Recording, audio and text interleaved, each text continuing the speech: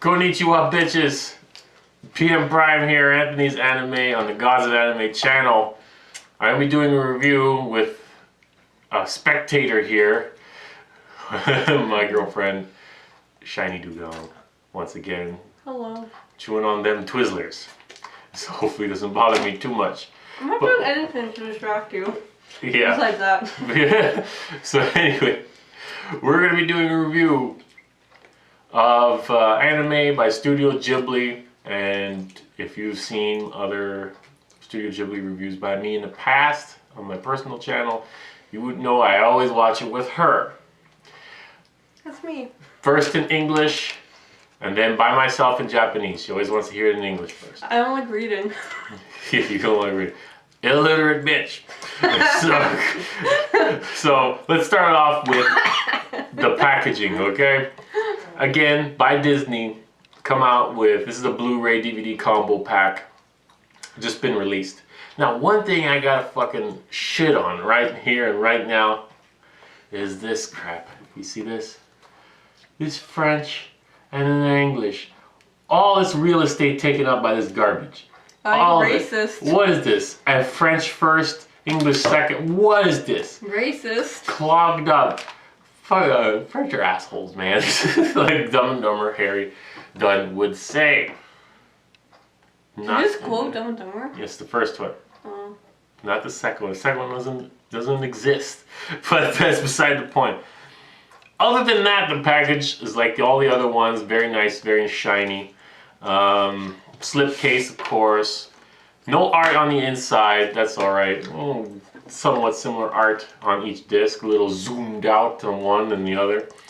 As for special features, the usual special features here, a little clips and snippets of Miyazaki actually talking about making this movie, showing the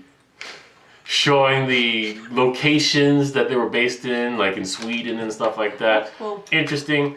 And then the voice actors.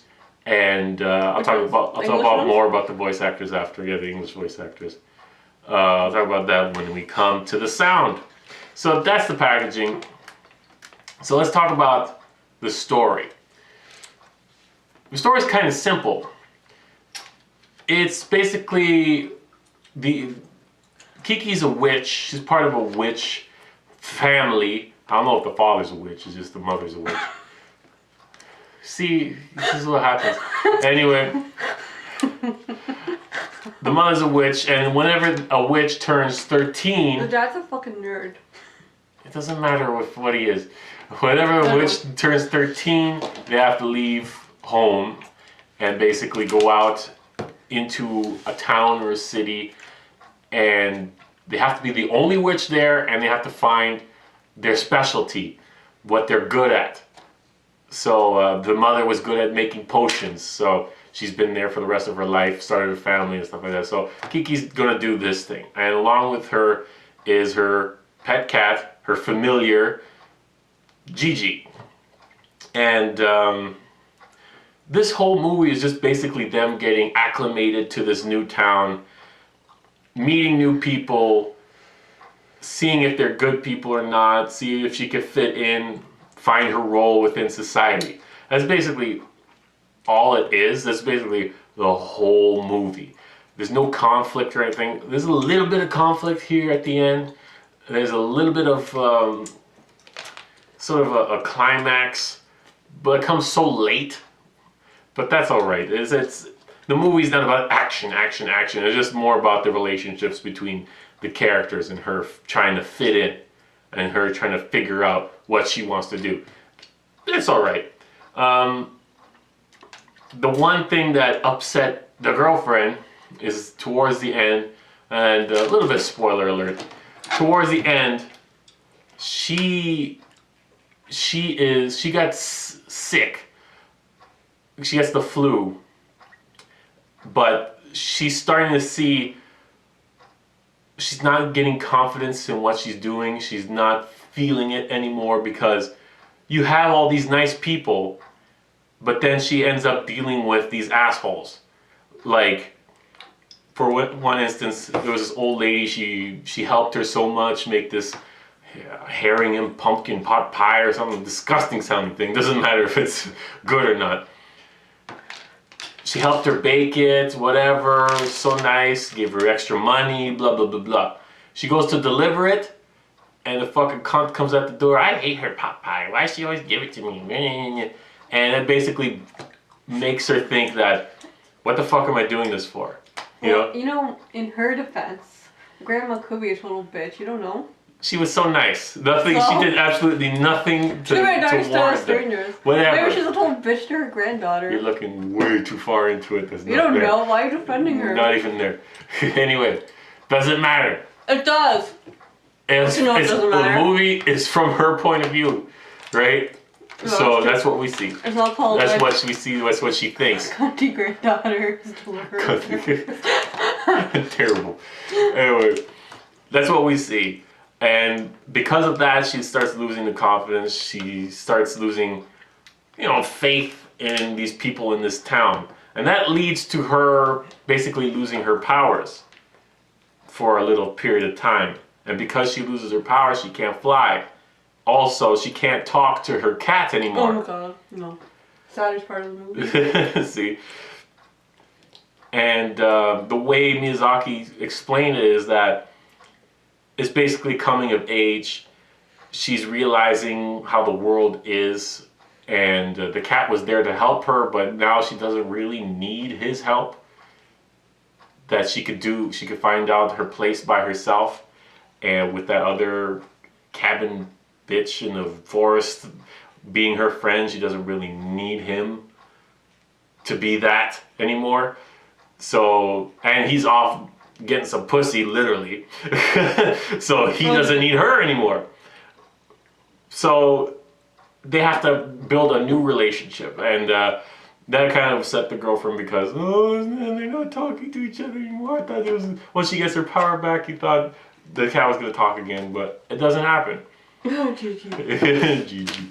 Anyway, that's the story. In terms of the animation, it's great, it's beautiful. The transfer on the Blu-ray is colorful, it's crisp. He did a great job. It's so fluid.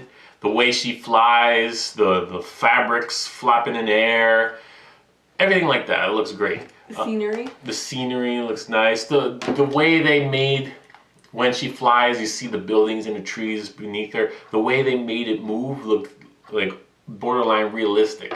Like that parallax scrolling. It looks fucking great like that. It was like, did they actually show like a forest underneath her or something like that? But no, they actually did it themselves in animation, and that's pretty cool. The sound, good music, light, fanciful, very cute. It fits. Yeah. It fits very well. And now let's get to the voices. Like I said, I heard it in English and Japanese. The subtitles are good this time. They're not dub-titled. So the English voices, the girl, Kiki, is Kirsten Dunst. And this was before Spider-Man, I think. The cat, Gigi, is by Phil Hartman. And when I first heard the voice, it's like, that sounds like Phil Hartman. And then the more you listen to it, it's like, maybe that's not Phil Hartman. It's just some dude that sounds like him or is trying to sound like him. And then we looked it up and it was like, yeah, it is Phil Hartman. That man was phoning that shit in.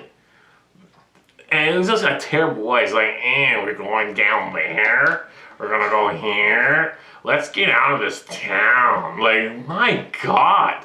I think when you listen in Japanese, Gigi, it fits. Like, it's a cute voice. It's still saying the same things. Like, let's get out of this town, right? But it's saying in a cutesy manner where it's not fucking annoying or so. Why such a fucking Debbie Downer? You know what I mean? Phil Hartman has that thing about him. and it just takes it out a little bit. And then who else did they get? Oh, fucking what's his name? Martin Lawrence, not Martin Lawrence, the black dude. Fuck. Joey Lawrence's brother, little brother. Whoa. The little brother, him, he was superhero samurai. That's so that dude, he was the boy Tomba. Tombo. I was thinking about the game. He was that boy, and I was like, oh, and everybody else doesn't matter what the voices are. So they fit enough. Just the Phil Hartman one was just so standout and so annoying and so obvious, like it ruined it. But it's still good enough where you can Wasn't that whatever. bad. It wasn't that bad, but still, it's terrible. You know. Anyway, that's about it. Kiki's delivery service. It does a good job. It's a very good story. It's light, so there's not much like action or anything like that. But it doesn't need it. It's decent. It's good. It's not my favorite Studio Ghibli film. Why not? I mean, why not? Like I said, there's nothing going on. You know, but it does have its charms. I like Castle in the Sky better than this, since it's so adventurous, that one. You know, Yeah. this one is very like one town, whatever. It doesn't mean it's bad. It's still good. All Studio Ghibli's movies are good except for Tales of Earthsea. That fucker was a piece of shit, but it doesn't matter. Definitely look up Kiki's delivery service, and if you're in Canada, try to find a box that doesn't have all this fucking French shit all over it. The DVD one by itself doesn't have it.